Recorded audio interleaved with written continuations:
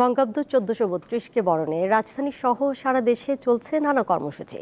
এই মুহূর্তে রাজধানীর কেন্দ্রীয় শহীদ মিনারে রয়েছেন সহকর্মী শিউলি শবনম। তার কাছে জানবো সেখানকার কর্মসূচির খবরাখবর।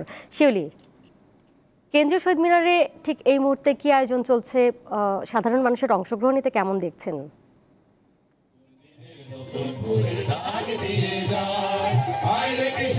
দোলা, আপনি নিশ্চয়ই জানেন পহেলা বৈশাখ অর্থাৎ বাংলা নববর্ষের চেয়ে বড় কোনো সর্বজনীন উৎসব এই দেশে আর হয় না, যে উৎসবকে ঘিরে ধর্ম বর্ণ নির্বিশেষে সব ধরনের মানুষের অংশগ্রহণে মহামিলন কেন্দ্র ঘটে থাকে উৎসবস্থল।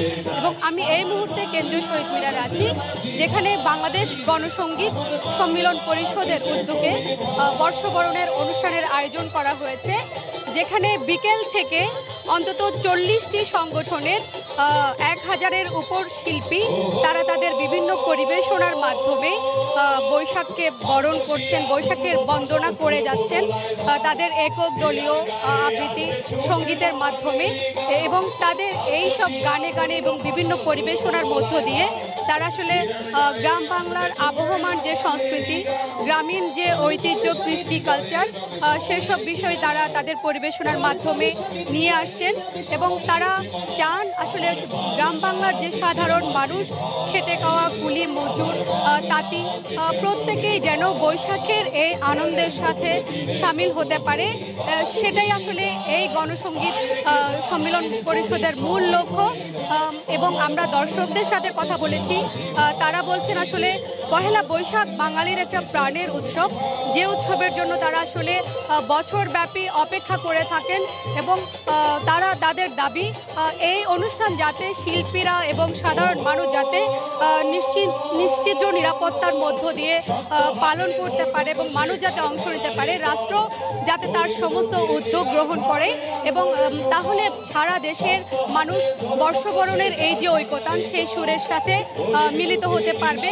এবং আয়োজকদের সাথে আমরা কথা বলেছি, তারা বলছেন আসলে পহেলা বৈশাখের যে আয়োজন, যে আনন্দ, সেটা তখনই সার্থক হবে যখন আসলে একটি সাম্যের বাংলাদেশ গড়ে উঠবে, যে সাম্যের বাংলাদেশের শহর থেকে গ্রাম এবং পাহাড় থেকে সমতল প্রত্যেকটা মানুষ এই আনন্দ আয়োজনের সাথে সামিল হতে পারবে।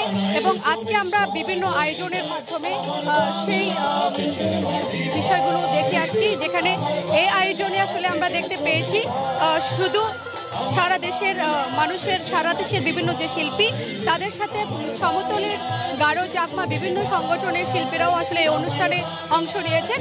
অর্থাৎ তারা একটা ইনক্লুসিভ বাংলাদেশ গড়ে তুলতে চান। পহেলা বৈশাখের যে আয়োজন, সে আয়োজন আসলে তারা ছড়িয়ে দিতে চান পুরো দেশব্যাপী।